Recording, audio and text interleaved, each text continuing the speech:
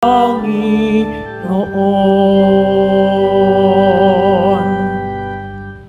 Sa ngalan ng Ama at ng Anak at ng Espiritu Santo. Amen. Sumainyo ang Panginoon. At sumaiyo rin. Mga kapatid, tinipon tayo bilang kaanib ng angka ng Diyos. Kaya dumulog tayo sa maawaing Panginoon na nagpapatawad ng lubos. Sinugong tagapagpagaling sa mga nagsisisi, Panginoon, kaawaan mo kami. Panginoon, kaawaan mo kami. Dumating na tagapag-anyayang mga makasalanan ay magsisi, Kristo, kaawaan mo kami. Kristo, kaawaan mo kami. Nakaluklok ka sa kanan ng Diyos Ama para ipamagitan kami. Panginoon, kaawaan mo kami. Panginoon, kaawaan mo kami. Kaawaan tayo ng makapangyarihang Diyos, patawarin tayo sa ating mga kasalanan at patnubayan tayo sa buhay na walang hanggan. Amen. Manalangin tayo. Ama naming makapangyarihan, nagpakita bilang taong katulad namin ang iyong anak. Sa pamamagitan niyang naging aming kawangis, kami naway maging kanyang kaparis. Kasama mo at ng Espiritu Santo, magpasawalang hanggan. Amen. Magsiupo muna po ang lahat.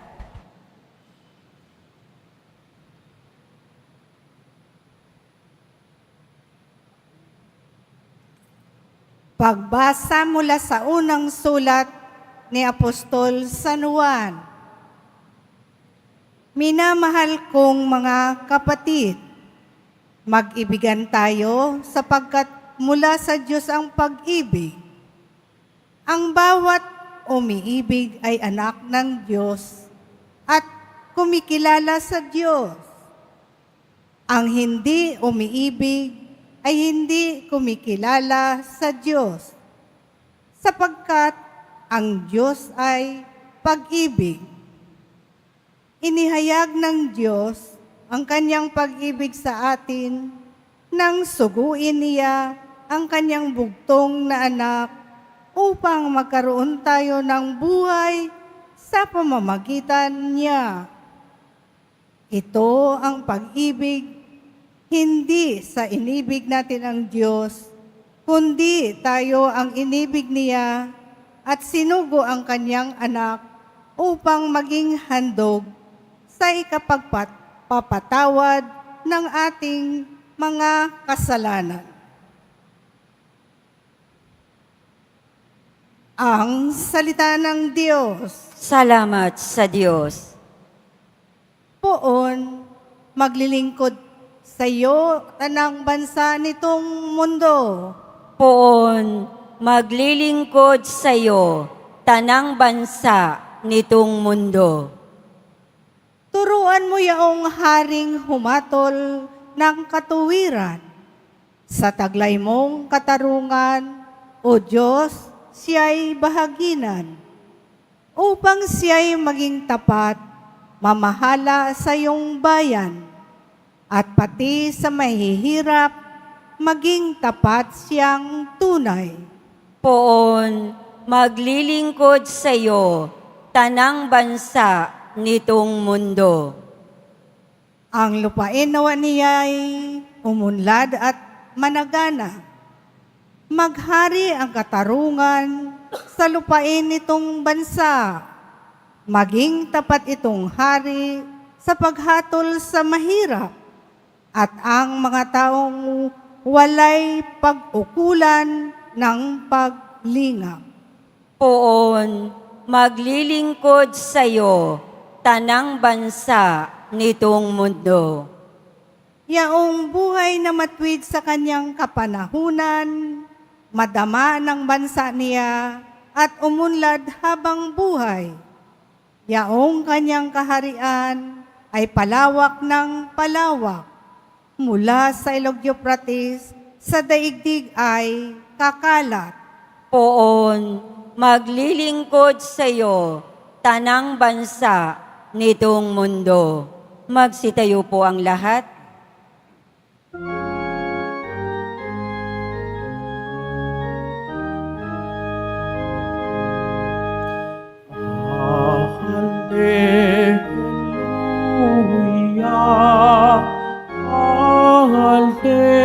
Hallelujah,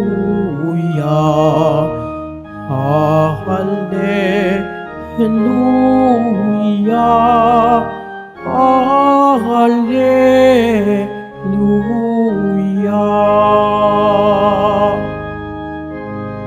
Ikaw, Kristo, ay sinugo upang sa dukhay magturo, magpalaya sa bilanggo. Hallelujah, Hallelujah,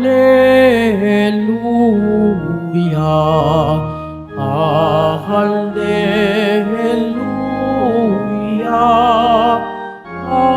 Hallelujah.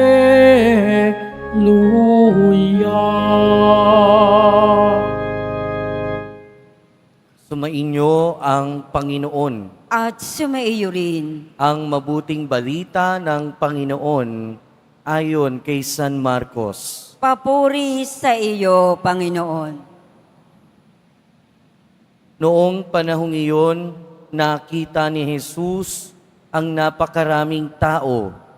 Nahabag siya sa kanila sapagkat para silang mga tupang walang pastol. At sila'y tinuruan niya ng maraming bagay. Nang dapit hapon na, lumapit sa kanya ang mga alagad at sinabi, "Ilang ang pok na ito at malapit nang lumubog ang araw. Payaunin na po ninyo ang mga tao sa mga karatignayon at bayan upang makabili ng pagkain." Ngunit sinabi niya, "Kayo ang magbigay sa kanila ng makakain." Bibili po ba kami ng halagang 200 denaryong tinapay upang ipakain sa kanila?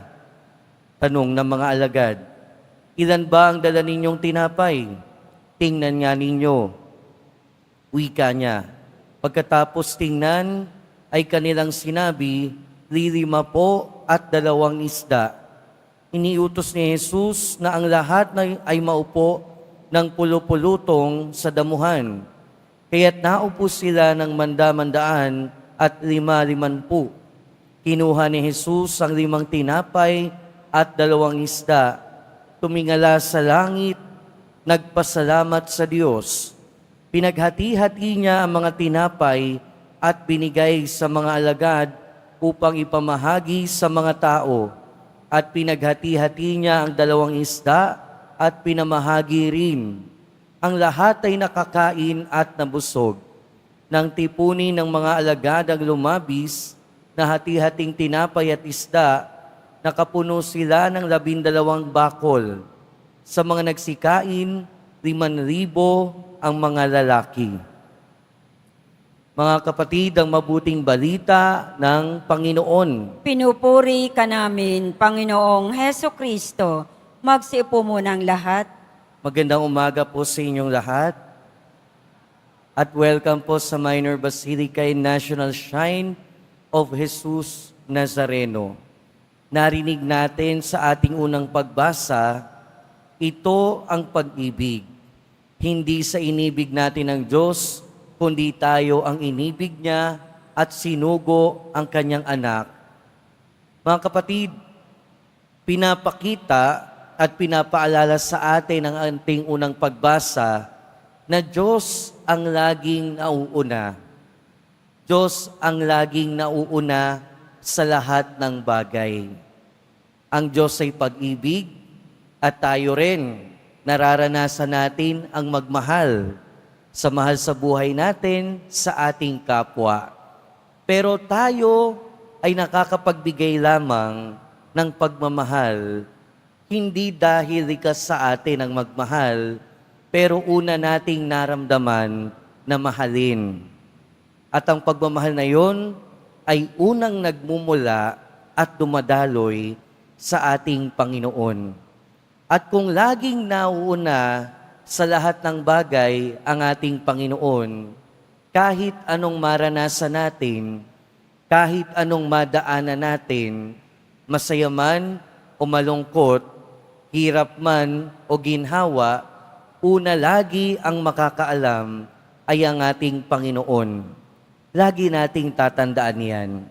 Sa ating unang pagbasa, sa ating ebanghelyo, narinig natin ang unang-una din na nakaramdam ng habag at awa ay ang ating Panginoon.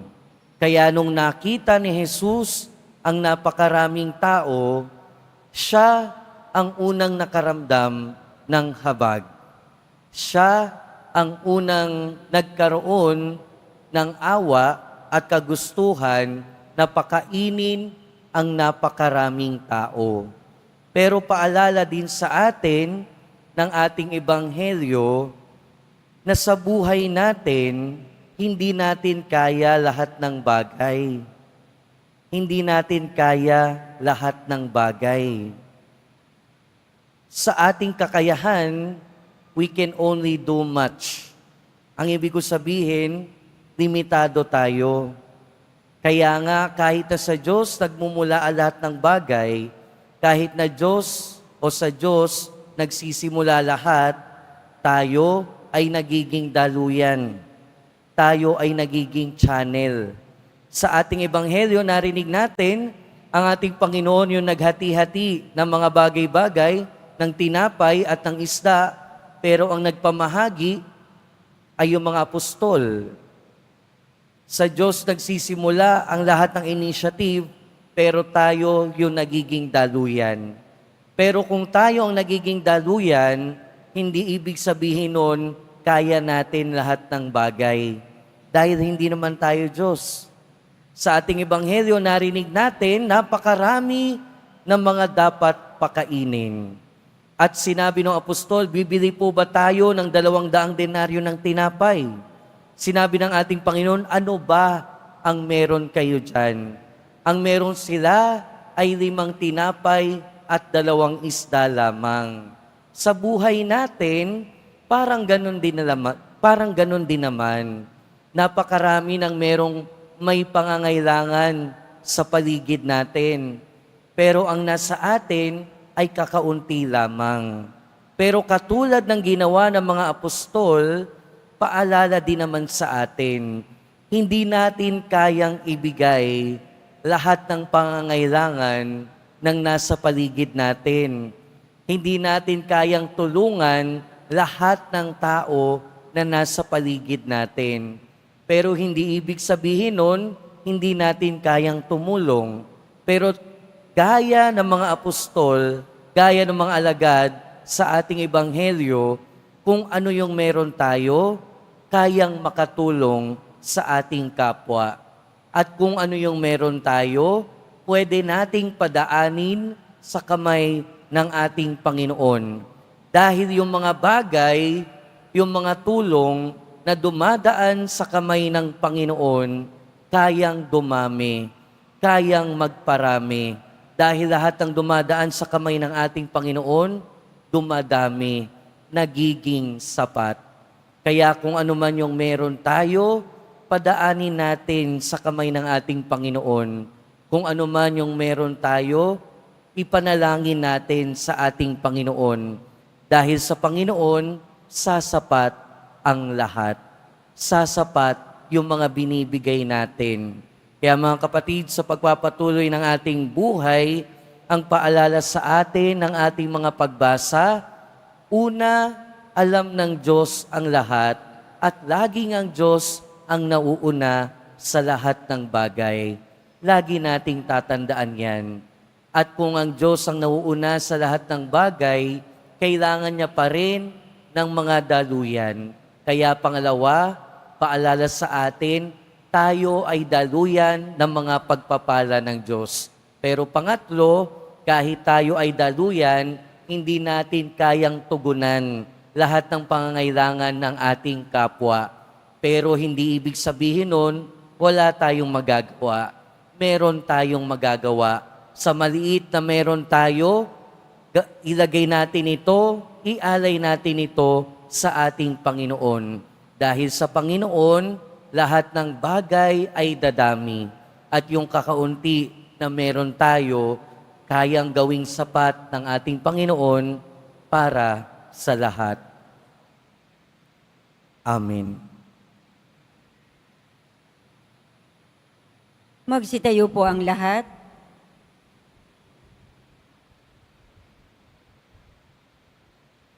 Mga minamahal kong kapatid, ang Diyos lamang ang makatutugon sa pagkagutom ng puso at kaluluwa.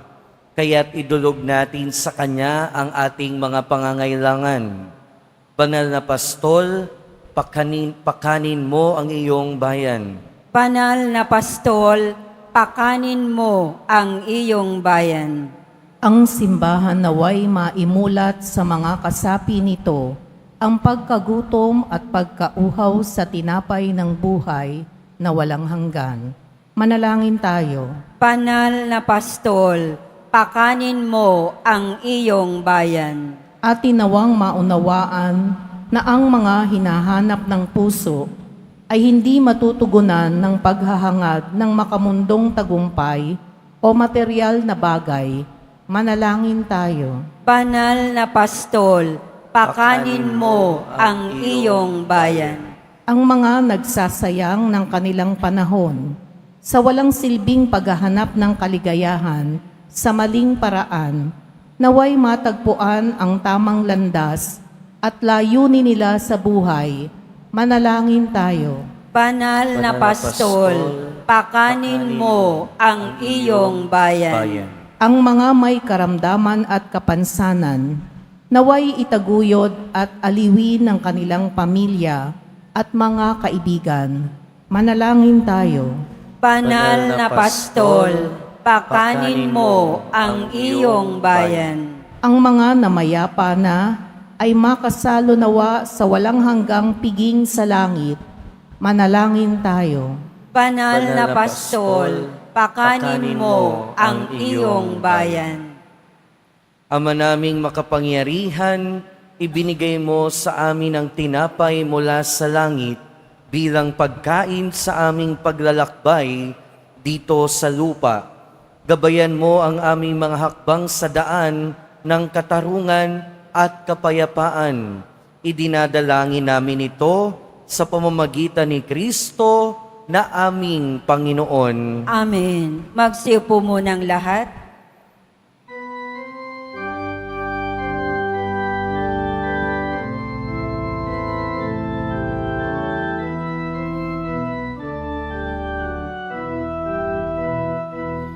Ako ay isang batang pastol na patungo sa Belen.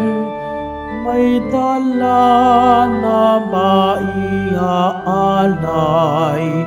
kay Jesus sa sabsaban.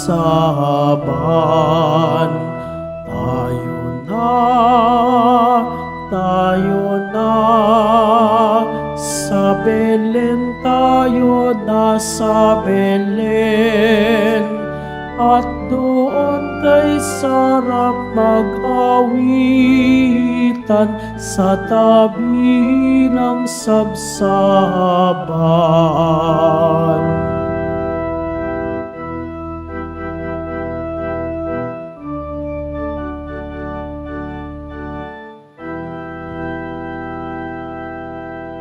Magsitayo po ang lahat. Manalangin kayo mga kapatid upang ang paghahain natin ay kalugdan ng Diyos amang makapangyarihan. Tanggapin nawa ng Panginoon itong paghahain sa iyong mga kamay, sa kapurihan niya at karangalan, sa ating kapakinabangan at sa buong sambayanan niyang banal. Ama naming lumikha, tanggapin mo ang aming inihahaing mga alay, upang ang pag-ibig mong aming ipinagdiriwang ay siya namin ngayong mapagsaluhan sa pamamagitan ni Hesukristo, kasama ng Espiritu Santo, magpasawalang hanggan. Amen. Sumainyo ang Panginoon. At sumaiyo rin. Itaas sa Diyos ang inyong puso at diwa. Itinaas na namin sa Panginoon. Pasalamatan natin ang Panginoong ating Diyos. Marapat na siya ay pasalamatan. Ama naming makapangyarihan, tunay ngang marapat na ikaw ay aming pasalamatan sa pamamagitan ni Hesukristo na aming Panginoon. Sa katauhan ng iyong isinugong Mesiyas, nahayag sa amin ang katuparan ng iyong balak. Ngayon nga ay iyong ipinakikita sa tanan ang liwanag na tumatanglaw sa sangkatauhan. Sa pagpapahayag ng anak mong ginigiliw na siya ay hindi naiiba sa amin, minararapat mong sa pagkatao nami magningning ang kariktan ng kadakilaan niyang di nagmamaliw. Kaya kaisa ng mga anghel na nagsisiawit ng papuri sa iyo, nang walang humpay sa kalangitan, kami nagbubunyi sa iyong kadakilaan. Santo, Santo, Santo, Panginoong Diyos ng mga hukbo, napupuno ang langit at lupa ng kadakilaan mo. O sana sa kaitaasan, pinagpala ang naparirito sa ngalan ng Panginoon. O sana sa kaitaasan. Magsilud po ang lahat. Ama naming banal, ikaw ang bukal ng tanang kabanalan. Kaya't sa pamamagitan ng iyong Espiritu, ay gawin mong banal ang kaloob na ito upang para sa aming maging katawan at dugo ng aming Panginoong Hesukristo. Bago niya pinagtiis ang kusang loob na maging handog, hinawakan niya ang tinapay, pinasalamatan kanya, pinaghati-hati niya iyon, iniabot sa kanyang mga alagad at sinabi, "Tanggapin ninyong lahat ito at kanin. Ito ang aking katawan na ihahandog para sa inyo."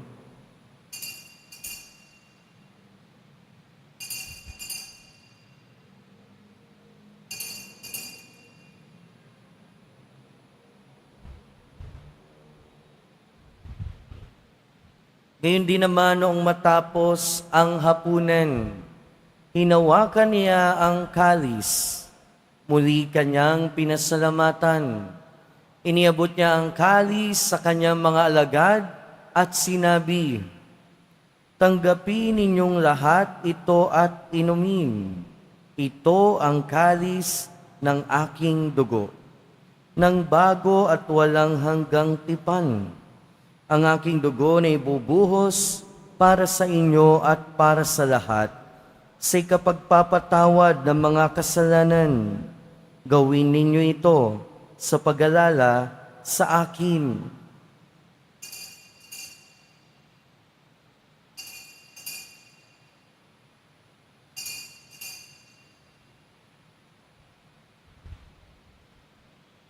Magsitayo po ang lahat. Ipagbunyi natin ang misteryo ng pananampalataya.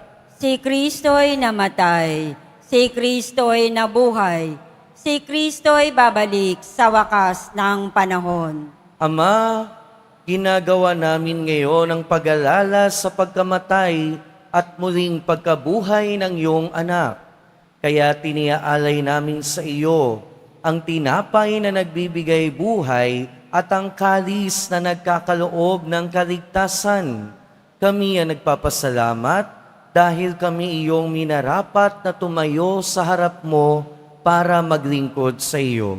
Isinasamo namin kaming magsasalo-salo sa katawan at dugo ni Kristo ay mabuklod sa pagkakaisa sa pamamagitan ng Espiritu Santo. Ama, lingapin mo ang iyong simbahang laganap sa buong daigdig. Puspusin mo kami sa pag-ibig.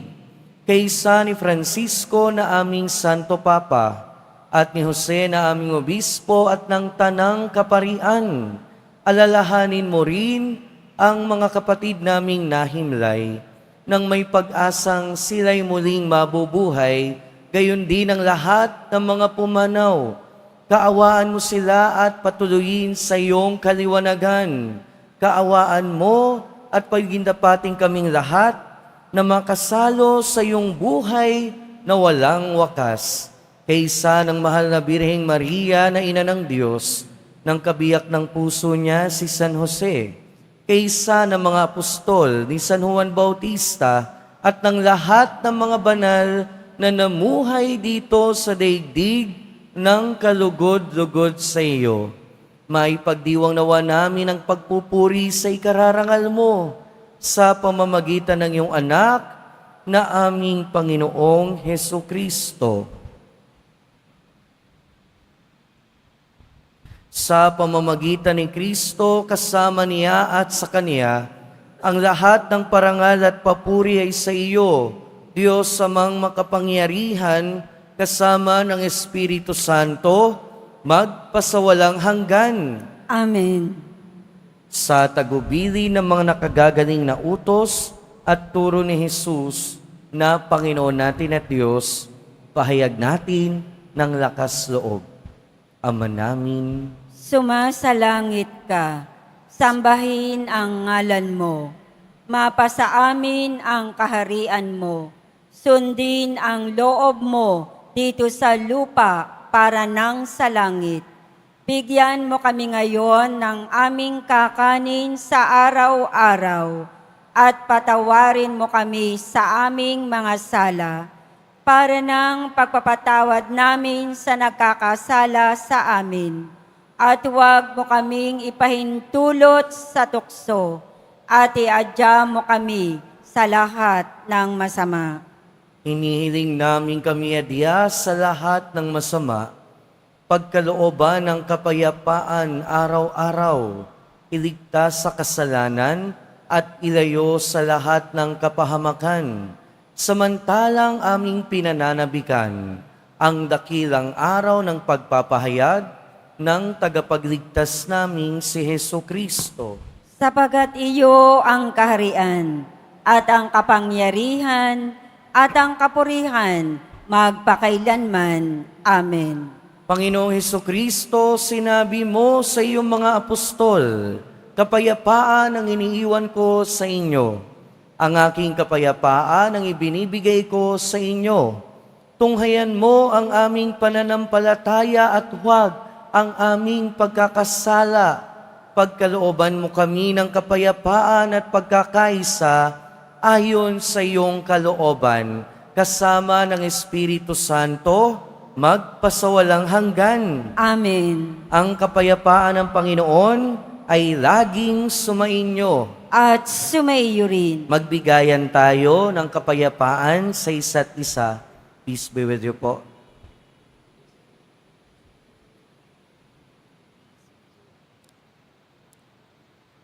Kordero ng Diyos na nag-aalis ng mga kasalanan ng sanlibutan, maawa ka sa amin.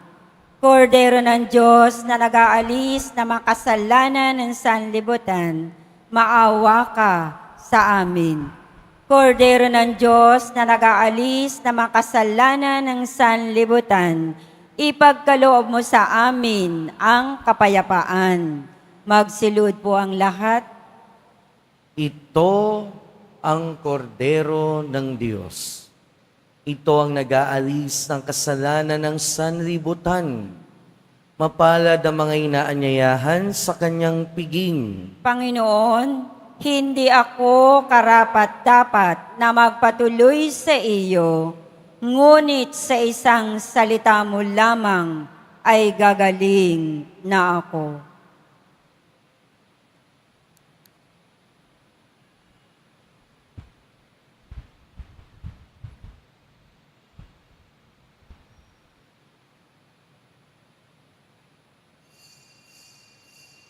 Para sa lahat ng tatanggap ng banal na komunyon, sasagot po tayo ng amen.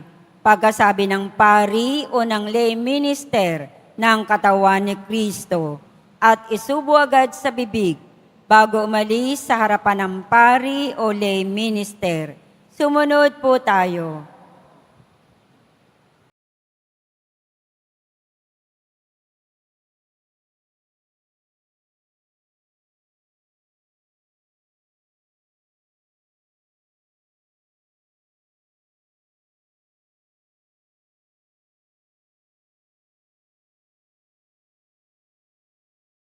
Sumainyo ang Panginoon. At sumaiyo rin. Mahal na poong Jesus Nazareno, inihayag mo sa pamamagitan ng krus ang walang maliw na pag-ibig ng Diyos sa sangkatauhan.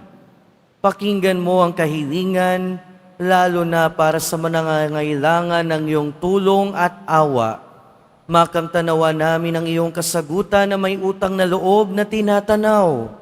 Basbasan din po ninyo itong mga imahin at dasalan upang lalo kaming manalangin at magtiwala.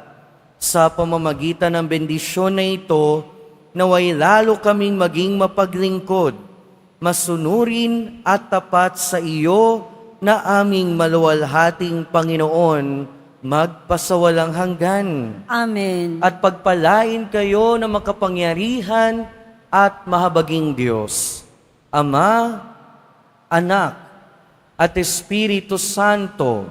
Amen. Pumayo kayong taglayang kapayapaan ng Pong Jesus Nazareno. Salamat sa Diyos.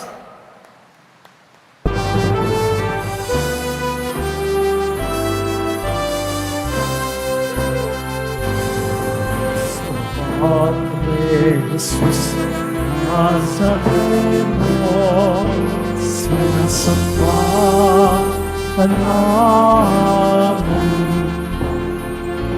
Pinipintuho ka namin. Aral mo ang aming buhay at kaligtasan. Jesus Nazareno, iligtas mo kami sa kasalanan. Ang krus mo namatayan ay sagisag ng aming kaligtasan. Cristo Padre Jesus Nazareno, dinarangal ka namin.